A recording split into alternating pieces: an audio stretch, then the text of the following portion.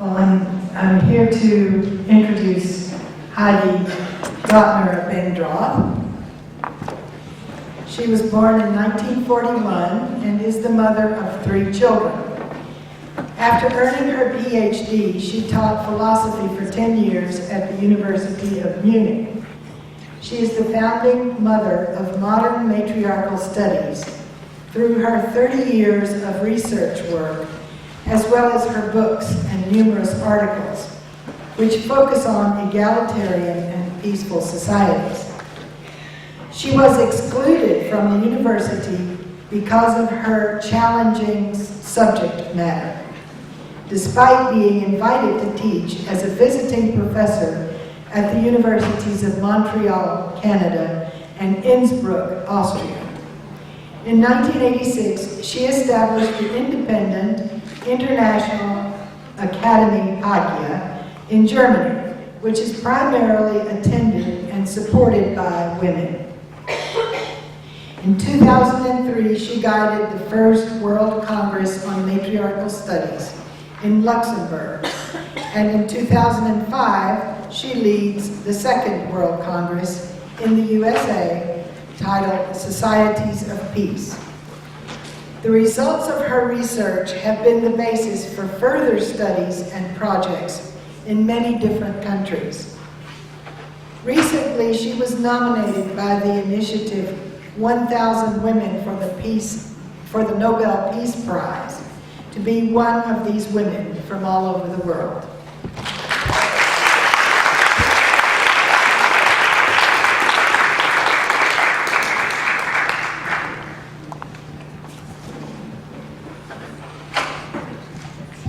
My speech is about the deep structure of matriarchal society, findings of modern matriarchal studies.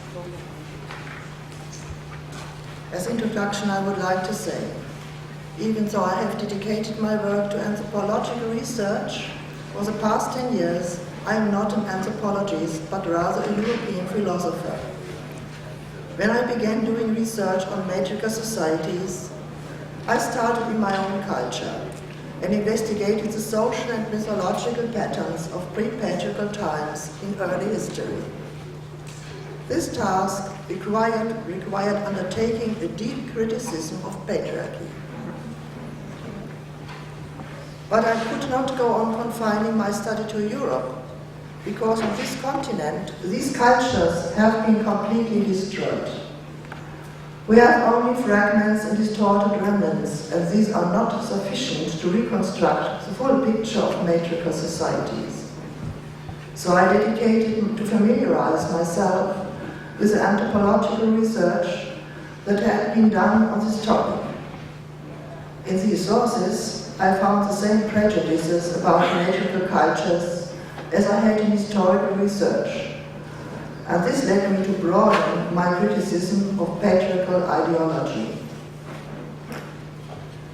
Using critical analysis and cross-cultural studies, I uncovered a more complete picture of matriarchal societies and developed a full definition that I now use in my research on matriarchies. This explication is much more than a simple definition. It set out the deep structure of the social form called matriarchy. It is not a theory set in stone, but is rather of an intellectual tool that can be used to uncover matriarchal structures in cultures, both past and present. And it is a hybrid methodology that includes historical and anthropological research as well as all the other relevant disciplines.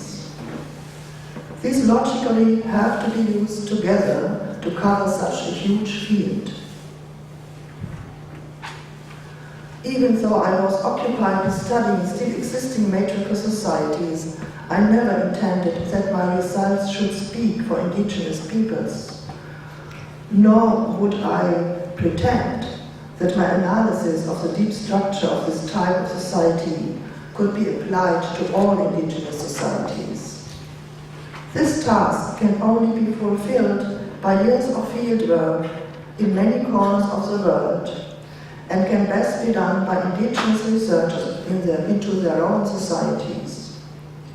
My work can only function as an auxiliary tool, one that might support indigenous researchers to further research the deep structures of their own cultures and to speak about them in their own non-patriarchal terminology. Now, the deep structure of matriarchal society. The research findings of modern matriarchal studies contradict the ideology of universal male dominance and universal patriarchy. Modern matriarchal studies is concerned with investigating and presenting non-patriarchal societies, those that have existed in the past and those that are, to some degree, still with us now. Because all over the world today, indigenous peoples in Asia, Africa, the Americas, and the Pacific area foster traditional cultures that show matriarchal patterns. These patterns are not just a reversal of patriarchy with women somehow ruling over men, as the usual misinterpretation would have it. Rather, they are, without exception, egalitarian societies. Hierarchies, classes, and the domination of one gender by the other are all unknown to them. They are societies that are free of domination, but are stabilized by certain guidelines and codes. With matriarchies, equality does not mean a mere leveling of differences. The natural differences between the genders and the generations are respected and honored, but the differences don't lead to hierarchies, as is common in patriarchy. The different genders and generations each have their own value and dignity, and through a system of complementary activities, they are dependent on each other. We can see this at all levels of society, the economic level, the social level, the political level, and also the cultural level, which includes their worldviews and faiths. More precisely, matriarchies are societies with complementary equality, where great care is taken to provide balance. This applies to the balance between genders, among generations, and between humans and nature. It creates an attitude of peacemaking. And this is what makes matriarchy so attractive to those looking for a new philosophy and a new vision to support the creation of a just and peaceful society. Based on my case-by-case, cross-cultural research, I have outlined the structures and guidelines that function across all levels of matriarchal societies. In that way, the deep structure of matriarchal society emerged, and this is what I now want to tell you about. I refer to the 4 different levels of society: the economic one, the level of social patterns, that of political decision-making, and the cultural level. At the economic level, matriarchies are most often agricultural societies, but not exclusively so. According to a system that is identical with the lines of kinship and the patterns of marriage, goods circulate as presents. This system prevents goods from being accumulated by one special person or one special group. On the contrary, it is one of mutual aid. Thus, the principles of economic equality are consciously maintained, and the society stays non-accumulating and egalitarian. They enjoy perfect mutuality, for every advantage or disadvantage in terms of acquiring goods is mediated by social guidelines. For example, at the village festivals, wealthy clans invite all the inhabitants to be their guests. These wealthy clan members organize a banquet, the rituals, the music and dances of one of the annual festivals, and they give away their wealth as a pure gift to all their neighbors. They don't gain anything by it but honor. At the next festival, another lucky clan will outdo itself by inviting everybody in the village or neighborhood and will entertain them all and give out presents. Since this is a general attitude, matriarchal economy can be called a gift economy in the true sense, as Genevieve Vaughan has formulated it, and it is based on the value of motherliness. Therefore, on the economic level, matriarchies create a balanced economy, which is a ground for peace. Due to these features, I call them at this level societies of economic reciprocity based on the circulation of gifts.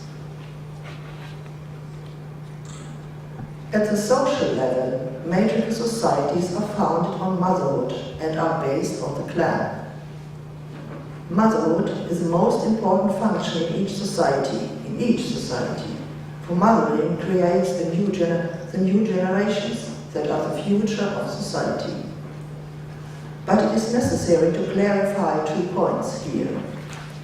First, in matriarchies, it is not necessary to be a biological mother in order to be acknowledged as a woman, because matriarchies practice the common motherhood of a group of sisters. Each individual sister does not necessarily have children, but together they are all mothers of any children that any of them have. This motherhood is founded on the freedom of women to decide on their own about whether or not to have biological children.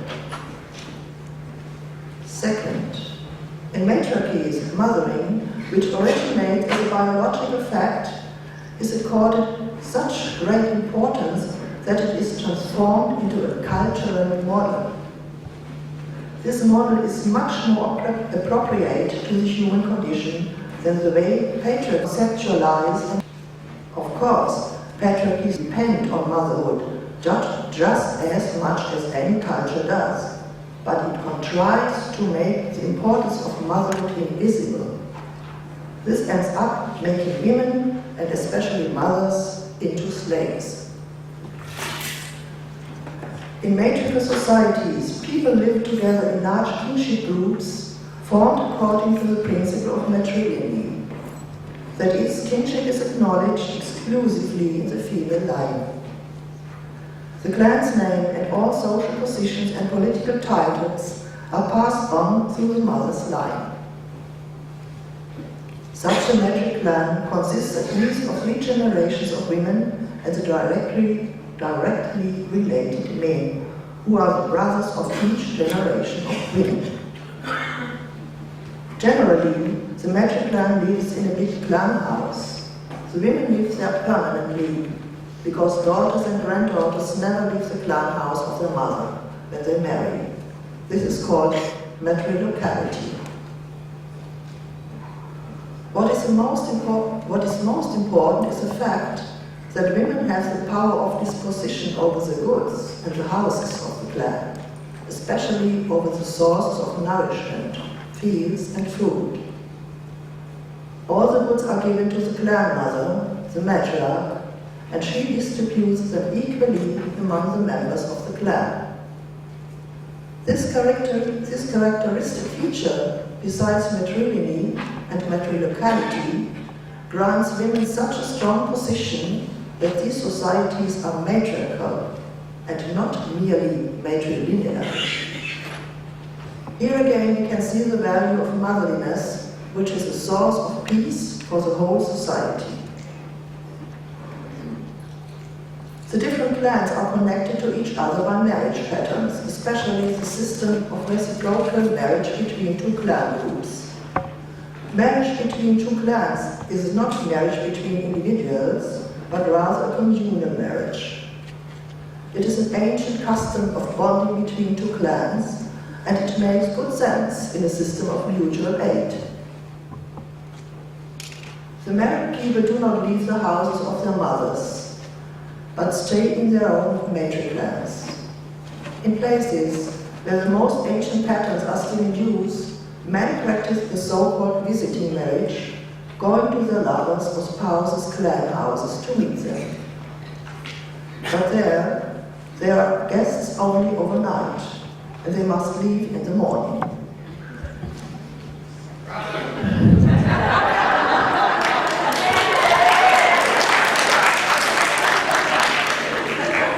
They have no rights and duties with regard to the children of their spouses, but instead they have rights and duties in the houses of their own mothers and act as social fathers for the children of their own sisters. Due to the additional patterns of marriage between all clans, everyone in a matriarchal village or neighborhood of a town is related to everyone else by birth or by marriage. These nets of relationship are intentionally produced to form a big family of the people where everybody is mother or sister or brother to all, which means creating bonds of love and care among equals. Therefore, I call matriarchies non-hierarchical, horizontal societies of matrilineal kinship. The decisive factor for a society of peace is the process of making political decisions. In matriarchal societies, political practice follows the principle of consensus, which means unanimity for each decision. They are well organized to actualize this principle, and again it starts along the lines of matriarchal kinship. In the clan house, women and men meet in a council where domestic matters are discussed. Everybody has only one vote, even the matriarch, and no member of the household is excluded. After thorough discussion, each decision is taken by consensus. This is the basis for real equality. The same is true for the entire village. When matters concerning the whole village are to be discussed, delegates from every clan house meet in the village council. These delegates can be the matriarchs of the clans or the brothers and sons they have chosen to represent the clan. No decision concerning the whole village may be taken without the consensus of all clan houses. This means that the delegates do not make decisions themselves. They simply communicate the decisions that have been made in their clan houses. They maintain the communication system of the village and move back and forth between the village council and the clan houses until the whole village reaches consensus. The same applies on the regional level. Delegates from all villages meet to discuss the decisions of their communities in the regional council. Again, the delegates function only as bearers of communication. The delegates of the villages move between the village council and the regional council back and forth, and the delegates of the clan houses likewise between the village council and the clan houses until all individuals of the region have reached consensus. The source of all politics are the clan houses, where the people live. And in this way, a true grassroots democracy is put into practice. Of course, the foundations for this political system are the economy of reciprocity based on gift-giving and the big family of a society of matrilineal kinship. Therefore, from the political point of view, I call matriarchies egalitarian societies of consensus. These political patterns do not allow the accumulation of political power. In exactly this sense, they are free of domination. They have no class of rulers and no class of oppressed people. That is, they have no enforcement bodies like warriors, police, controlling and punishing institutions that are necessary to establish domination.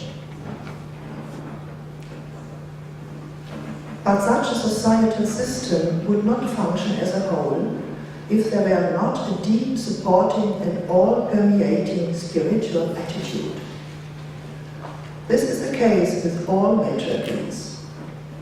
For at the spiritual and cultural level, matriarchal societies do not have religions based on a God who is invisible, untouchable, and incomprehensible, but omnipotent, in contrast to whom the created world is devalued as dead matter. To the contrary, in matriarchy, divinity is immanent, for the whole world is regarded as divine, as feminine divine.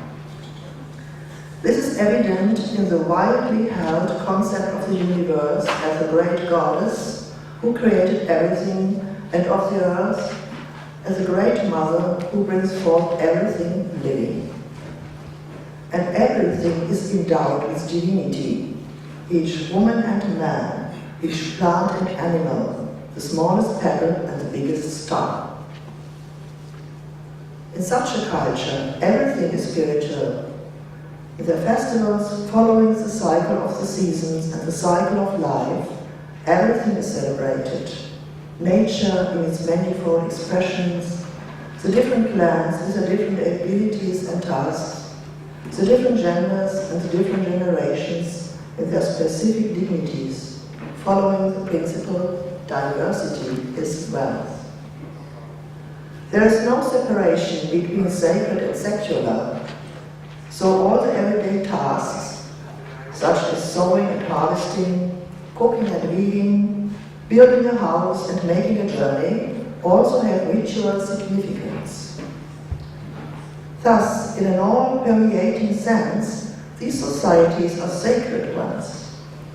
And if nature is regarded as holy, including the whole earth and the cosmos, then humans worship nature and live in peace with her too, in order to best ensure their own welfare. Therefore, on the spiritual level, I define matriarchies as sacred societies and cultures of the goddess. From this short outline of modern matriarchal study, it has become clear that it deals with knowledge about non-patriarchal, egalitarian, social, political, and cultural patterns, which are basically peaceful. This knowledge is urgently needed in this late phase of globally destructive patriarchy. Today, it is becoming increasingly clear that matriarchal patterns have great significance for both present and future societies. For matriarchies are not abstract utopias constructed according to philosophical concepts that can never be implemented. On the contrary, they have existed throughout long historical periods until today. They embody an enormous amount of intellectual creativity and practical experience, and belong indispensably to humankind's cultural store of knowledge.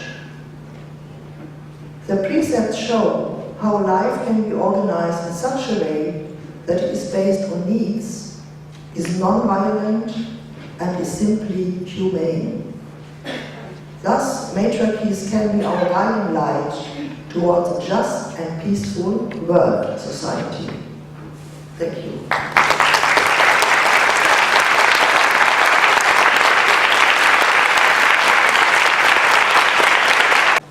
Now I have the honor to introduce to you Genevieve Vaughan. I know everybody knows Genevieve Vaughan, but because it's an honor to me, I would like to introduce her to you.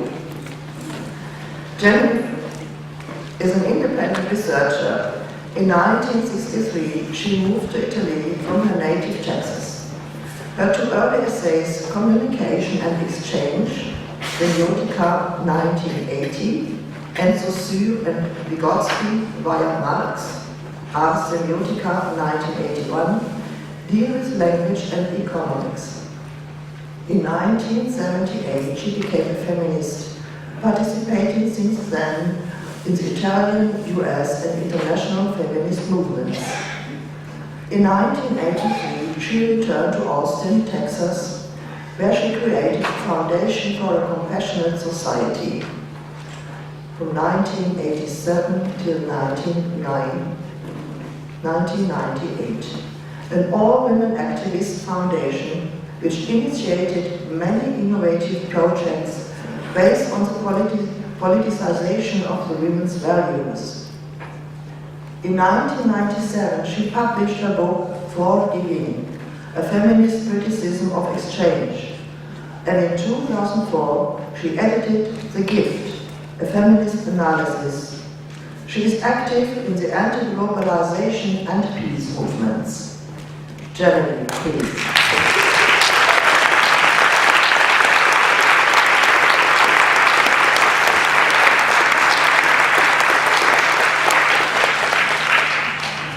Thank you. I want to start by a phrase that somebody said in our e-list, and I said it also in our letter. In the name of the eloquent mother. So that is how I start my speech. Just such a paradigm shift for me. Matriarchy demonstrates gender equality on the basis of the female model. In the last decades, feminists have insisted on equality with men according to a male model or standard, and within a culture which consists mainly of institutions based on dominant male models, imaginaries, and representations. In fact, a society based on patriarchal capitalism creates the illusion that this is a reality to which there is no alternative and from which there is no way out. The best that can be done by women seems to be an improvement of their own status within existing institutions. This illusion is toxic and must be dispelled if we are ever going to be able to create a peaceful world.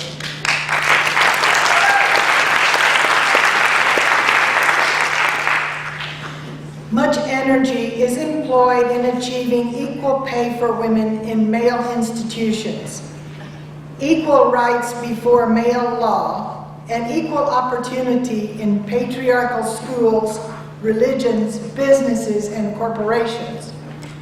While these attempts have empowered some women and liberated them from ignorance and domestic slavery, the patriarchal institutions of our society have a life of their own, so they are indifferent to the participation of individuals and continue as self-perpetuating social forms without being fundamentally changed by the equal participation of women.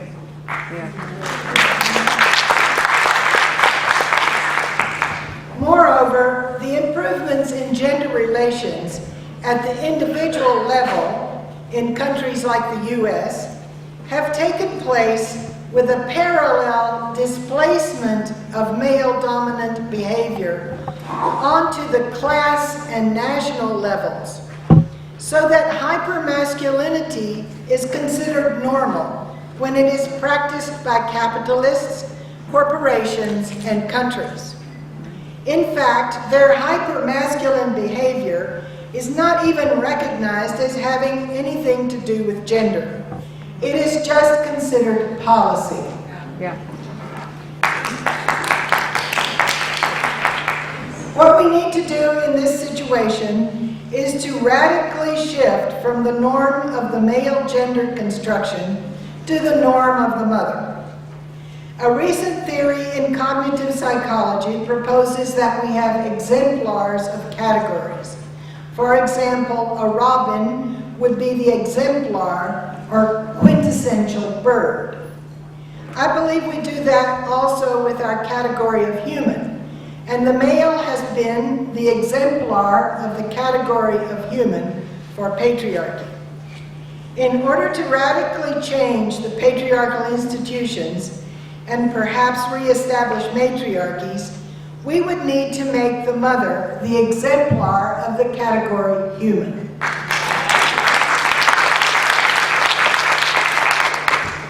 That would mean that the nurturing characteristics of the mother would be considered human, not just female characteristics. Since the male exemplar or norm has permeated society everywhere, we need to be able to recognize it and find or imagine the alternative in all the many places it exists. Energy needs to be employed in radically changing the institutions and the premises on which they are constructed, so that both male and female human beings can find a context in which they can practice their maternal humanity. At present, the context of patriarchal capitalism discredit caring and make other orientation almost impossible, or they find a way of using it to make money, or at least to establish control.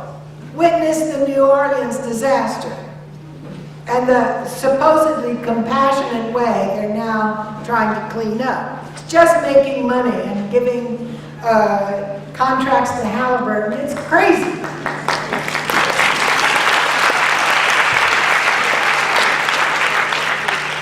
They overvalue the logic of exchange and success in the market, while making gift-giving appear to be just an individual quirk, a self-indulgence, or a kind of ego-tripping attempt at saintliness.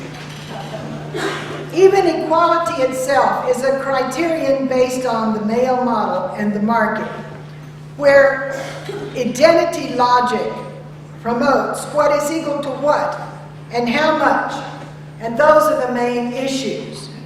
The drive to become the one at the top, the exemplar, and exercise power over is a value for patriarchy, but not for matriarchy. This allows for an egalitarianism in matriarchy that is not based on abstract equality, but on the appreciation of diversity. In fact, the process of socialization of children requires that the other, the different, who is a small baby, be respected for her or his diversity and brought up to the same level as the mother. The domination of children, like the domination of adults, is part of the patriarchal masculated mode. This does not mean that women cannot dominate, but when they are doing it, they are enacting a logic of behavior that is patriarchal, not matriarchal.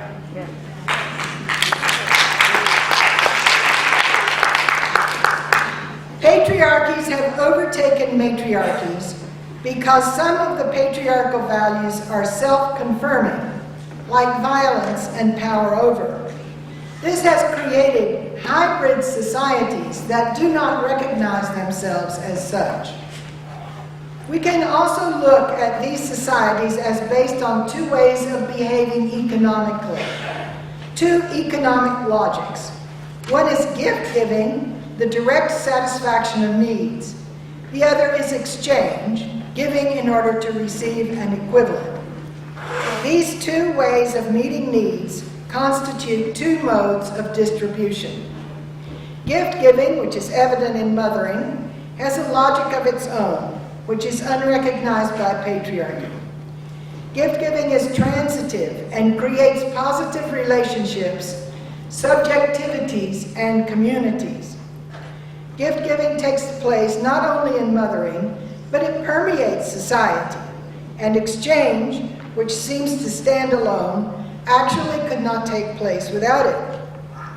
We can look at gift-giving as the basis of an alternative economic way, which at present has been overtaken by the economy based on the logic of exchange and the market. Exchange, giving in order to receive an equivalent, is very different from gift-giving.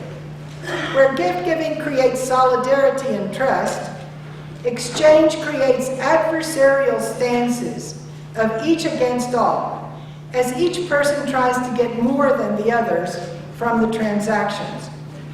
Gift-giving creates bonds, while exchange breaks them. Exchange requires measurement and quantification, while gift-giving is mainly qualitative. Exchange is ego-oriented, while gift-giving is other-oriented. Exchange is intransitive, while gift-giving is transitive.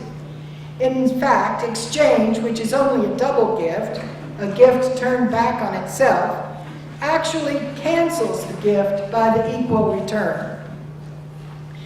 This cancellation of the gift makes the market an appropriate environment for patriarchy. In fact, the motivations of competition, hierarchy, domination, accumulation for power over have been incarnated in the market to such an extent that we can call our system patriarchal capitalism, or with another emphasis, capitalist patriarchy. Gift givers give to the exchange economy as their other, and the exchange economy motivated by patriarchy takes from the gift economy. Patriarchies are based on male identities constructed in opposition to mothering, and they are locked into a parasitic relation with gift economies internally. They also seek to recreate these relations externally, forcing other patriarchal groups to give to them. Thus, the hyper-masculine behavior is justified by the market, and the market resonates with the male gender identity. However patriarchies began originally, they are recreated in every male child that is born because of our practice of educating boys into a gender category opposite to that of their mothers, at a time when the mothers are intensely practicing gift-giving towards their children. Then the mothers themselves, as well as their girl children, adapt to care especially for the boys who are learning to be non-giving human beings. But actually, gift-giving is the basis of our humanity, men's as well as women's. So this gender distinction sets up some basic and very important and pervasive paradoxes which influence our lives at all levels and which are the root of patriarchy and capitalism. Matriarchies have communicative economies, that is, economies based on giving and receiving material goods that reinforce the material and spiritual subjectivity of the receiver and the positive other-oriented agency of the giver. These effects allow the development of relations among givers and receivers, as well as among all of the members of the communities in which the gifts freely circulate. This kind of society requires a certain egalitarianism because the development of hierarchy forces more gifts to be given to those at the top, capturing them and holding them there or wasting them. Patriarchies can function with important gift aspects, but they usually constrain the gifts to flow from the many to the few through taxes, tributes, and even slavery, backed up by police and military hierarchies. Power over can be defined as this control of the flow of gifts. Because gift economies would be more life-affirming and positive for everyone, since no one would have to submit to force or manipulation by anyone else to get their own and others' needs met, the market and patriarchy compete with gift economies and win. In fact, patriarchal capitalism is deeply threatened by the gift economy. Colonialism can be seen in this light as the takeover of other economies, many of which were gift economies, in order to establish and control a flow of gifts from them towards the colonizing countries. The invasion of the Americas can be seen as the takeover of Native American territories and the seizure of their gifts, made more ferocious by the fact that many of them had gift economies. Native cultures had to be assimilated and eliminated in order to avoid proposing the model of the gift economy instead of the patriarchal capitalist model. Markets impose distribution without gift giving. Exchange cancels the gift and changes other orientation to ego orientation. Markets are intransitive, non-communicative economies, and the relations they create are adversarial, ego-oriented, and atomistic.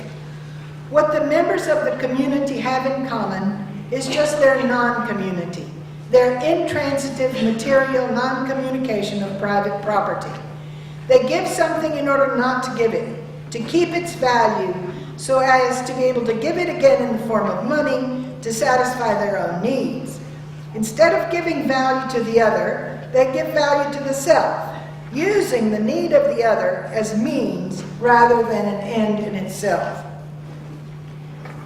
While markets may appear better than forced labor and slavery, they are not neutral and neuter, just and autonomous constructions as they are purported to be. Actually, they float on a sea of gifts. Housework, which would add 40% more to the GNP in the US and more in some other countries if it were monetized, is a gift women are giving to the market economy. If profit is seen as coming from surplus value, the value of the worker's labor beyond what is covered in the salary, it can also be considered as made up of free gifts from the worker to the capitalist, even if from the worker's point of view the gifts are forced. Anytime one person pays more for something than it is worth, she is giving a free gift to the seller. So profit is actually made up of gifts. Remittances from immigrants in the North to people in their home countries are gifts now amounting to billions of dollars. But actually, all the free acts of kindness and community that we practice on a daily basis can be considered gifts and part of an economy of kindness that softens the market and makes it livable. Gifts at all levels have been misdefined or ignored by patriarchy, but we can make them visible as part of a thread which connects them in a positive way. While the market may appear to be better than patriarchy as such, it is a process that hides the giving of gifts by the many to the few and displaces what was previously read as a biological or hereditary advantage of males in patriarchy onto a more primitive and general, seemingly ungendered factors such as risk, luck, and virtue. I say these factors are more primitive just for the reason that they are part of what we might call a folk theory that justifies categorization as male. Males are born male by luck, or perhaps deserve to be male by some prenatal superiority. We can even say that by being born, they risked becoming females. But by their good fortune, they were placed in the superior category. Later, they have to deserve their manly privilege, however, by hard work and by the same kind of individuation and atomization the market process provides. Masculinity is actually not a biologically based gender identity, but it is formed by an ideological process. This is a process that can be embraced by women as well as men, and by people from all cultures. I believe that it is this ideological gendered process that is incarnated in the market and allows everyone to strive to be put in privileged categories by having instead of lacking. Taking this false male gender construction as the standard broadens the false judgment that males are not like their gift-giving mothers to include everyone. And we say humans are not giving, but that some humans are forced by others to give, and they are thus victims, while those who have the power to make others give to them are admired as successful predators. The victims are supposedly unlucky, incompetent, afraid to risk, and lacking in manly abilities like being aggressive and staying the course. Those who are biologically female or have-nots are more likely to be victims. They are born to be failed predators. They are the prey in what I call raptor capitalism. Similarly, race and class categories privilege those in power and condemn everyone else to the giving victim role. By incarnating this gender construction in the market, the values of the European male gender construction have been given an independent existence outside the normal flow of time and history.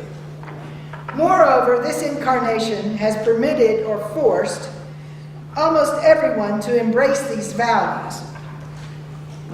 This rapture capitalist vision of society and gender is not only false, but it does not allow a starting place for change.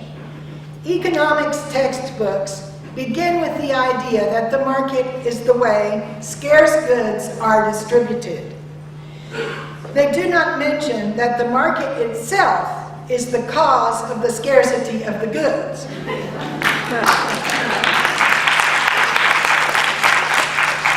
The commodification of goods and services transforms them from abundant gifts to scarce commodities and allows the accumulation of wealth by the few at the expense of the many.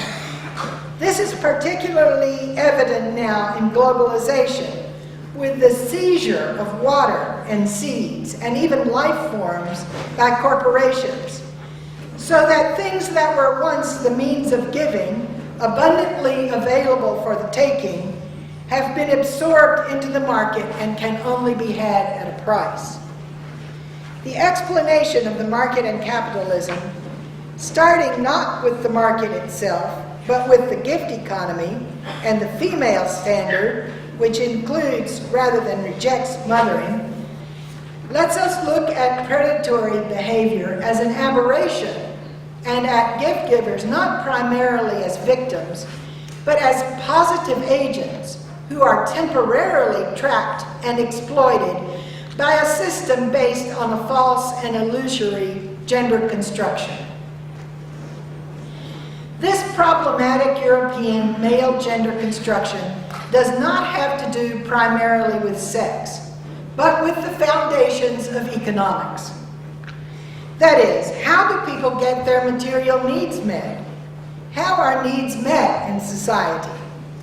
Patriarchy says that one gender, the male, will not meet needs as mothers do. In the socialization of children, this implies that in order to take up a male social and sexual role as an adult, the boy child has to give up the maternal economic identity from his earliest days and the corresponding cultural or superstructural identity.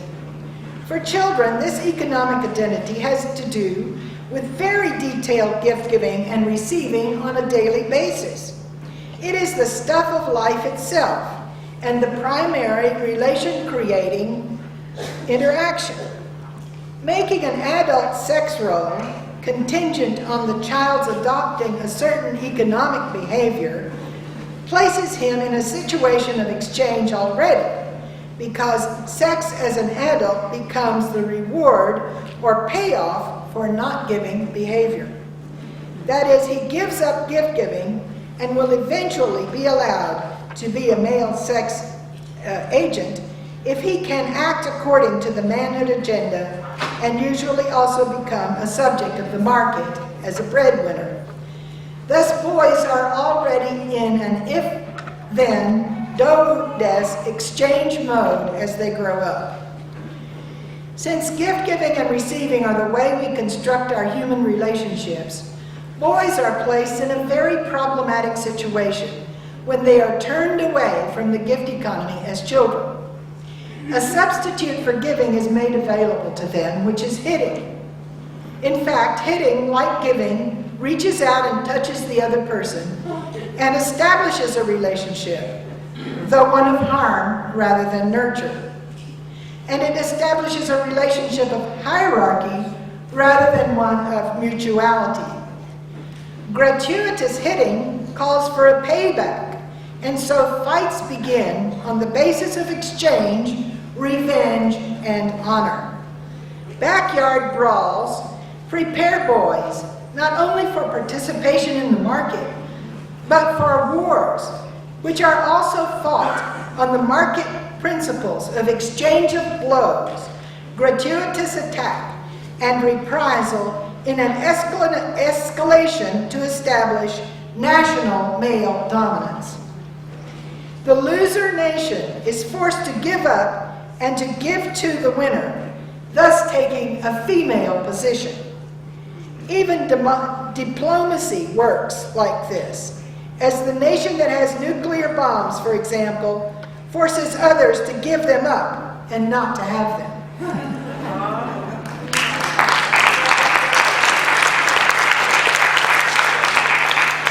Markets and exchange have early capillary roots in manipulation, bribery, and education through punishment and rewards. These are interactions which validate exchange, impose it on children, socializing them away from gift giving. There are other cultural influences which validate the market. Even religions, which otherwise might propose the gift model, are patriarchal and unquestioningly promote exchange. For example, look at the Judeo-Christian idea of payment for original sin. There are also many areas in which gifts are given within an in-group, creating community within an otherwise patriarchal institution. For example, in the military, there is much solidarity and reciprocal help that is given among soldiers on and off the battlefield. Community is created which actually strengthens the kinds of military exchanges, attacks, and reprisals it is possible to undertake. The hybrid societies of matriarchy and patriarchy are awkward constructions in which the givers give to the not givers, and the not givers use force to keep the givers in their female or nurturing posture. Many paradoxes and double binds occur in these hybrid societies, which are schizophrenogenic, causing the madness, or at least unhappiness, of many, and the disassociation and denial, as well as vulnerability to lies and manipulation. In fact, lies function according to the logic of exchange, as they are told to satisfy the need of the giver, not the communicative need of the receiver. Matriarchies, which have gift economies, do not divide males from females economically in childhood as patriarchies do. Adult males are still expected to behave economically like their mothers. They can do this while maintaining a sexual behavior that is like their fathers or mother's brothers or other male models. They do not have to reject mothering economics in order to become sexually adequate males. Heterosexuality, therefore, does not in itself depend on males rejecting mothering economics or the values which derive from and are functional to gift giving. It is not surprising that many people are attempting to challenge the gender categories, but they seem to do it more regarding sex than regarding economics. Changing the gender roles appears to regard only homosexuality and transgender, while the economic aspects of gender are ignored, or only understood in terms of equal opportunity within the patriarchal capitalist institutions.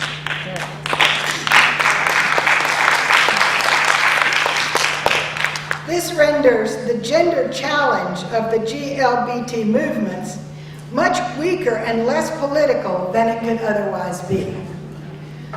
I believe that a movement that embraces adult gift-based economic behavior can challenge patriarchal capitalism, breaking the connection between masculine sexuality and the rejection of gift-giving would eliminate much of the motivation towards capitalist accumulation. It is the male gender as an economic identity that is the problem.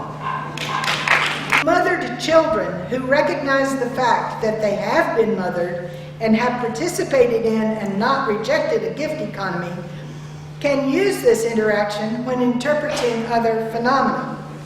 An epistemology which interprets perception as the reception of gifts from our surroundings allows a respect for and appreciation of nature and gratitude for nature's gifts, in which we can include our own capacity to receive, whether nature is personalized or not. Rather than dominating or instrumentalizing nature, as hyper-masculine men do, gift economies and matriarchies cooperate with nature. The market has a neutral or a neuter objective face, which is projected onto a concept of nature as an object. In so doing, human nature, including the body, which is produced by the mother and nurtured by mothering economics, is treated as an object. The gift aspects of humanity and of nature are thus denied, and the processes of competition, hierarchy, the great chain of being, and sexual dominance are attributed to objectified nature itself. In order to choose a differently gendered economy, and thereby change the approach to nature as well, it seems that people have to create social experiments or be dropouts from the system, which penalizes them because they usually do not have access to the means of giving. This is a slow approach, but the situation of devastation is urgent. Instead, we need to collectively challenge the gendered character of the market, dismantle patriarchal capitalism, and replace it with generalized mothering economic behavior. At the same time, we need to challenge the way we construct masculinity in opposition to mothering. I do not think it is likely we can reinstate matriarchies very quickly, and I think we have to do something very quickly. What we can do is analyze and challenge the male gender construction so as to make it clear that it is artificial and unnecessary, and that the combination of patriarchy and capitalism is what is bringing our planet to imminent disaster. I believe we need to reveal that the values which are expressed in the ideology of patriarchal capitalism are false and pernicious, and that they are harmful to everyone, to the very men who are trying to put them into effect, as well as to society as a whole. They are a translation of gift-giving into a neuter or aggressive male mode. I suggest putting the pieces of the puzzle in different, unfamiliar places. First, change the standard from male to female, and hold in abeyance the idea of standard itself and of equality itself, both based on the logic of identity, which I see as a distressed constituent part of the male gender construction. Consequently, we should change what the movement is focused on, not on the assimilation of women, but the deep change of institutions towards the maternal, matriarchal model. Challenge and change the gender construction of men, separating sexuality from economics. Value gift-giving and liberate it from its relation of host to the not-giving parasitic system. Recognize matriarchy within the hybrid system and liberate it. As the institutions change towards maternal values and maternal economics, hypermasculine behavior will no longer be adaptive or admirable. These are just a few pieces of the puzzle. The first step in rearranging them is defining gift-giving as economic. Thank you.